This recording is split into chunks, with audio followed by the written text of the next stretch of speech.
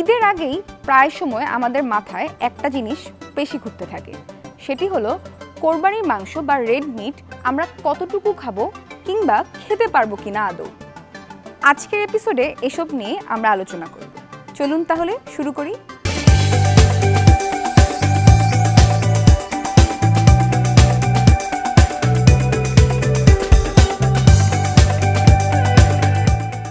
মাংস সম্পর্কে অনেকের ধারণা প্রচলিত আছে, যেমন মাংস খেলে আমাদের শরীরের মেদ বা কোলেস্টেরল বৃদ্ধি পায়, যা থেকে হতে পারে হৃদরোগ, হাইপারটেনশন, স্ট্রোক ইত্যাদি রোগ।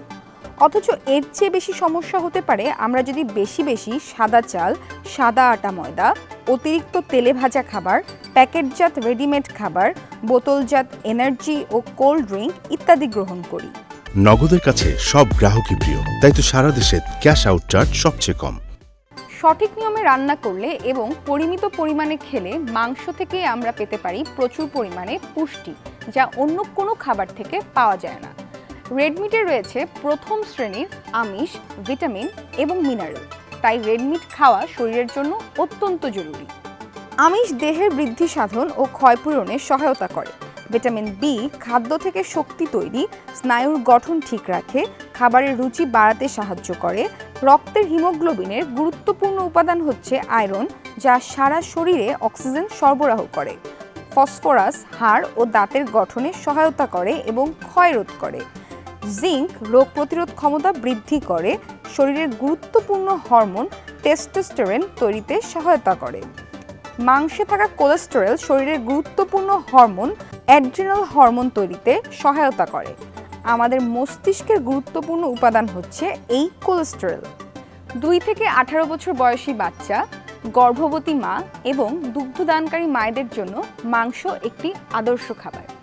মাংসে রয়েছে এসেনশিয়াল ফ্যাটি অ্যাসিড, যা ক্যান্সার এবং ডায়াবেটিস প্রতিরোধে ভূমিকা রাখে। 100 গ্রাম হাড় ছাড়া মাংসে থাকে প্রায় 20 গ্রাম আমিষ, আর একজন 50 কেজি ওজনের মানুষের প্রতিদিন 50 থেকে 75 গ্রাম পরিমাণ আমিষের প্রয়োজন হয়। তাই যদি 100 গ্রাম মাংসই একজন মানুষ প্রতিদিন খেয়ে থাকেন, তাহলে কিন্তু সে তার দৈনন্দিন চাহিদার 3 ভাগের 1 ভাগ আমিষের চাহিদা পূরণ করতে পারবে সহজেই।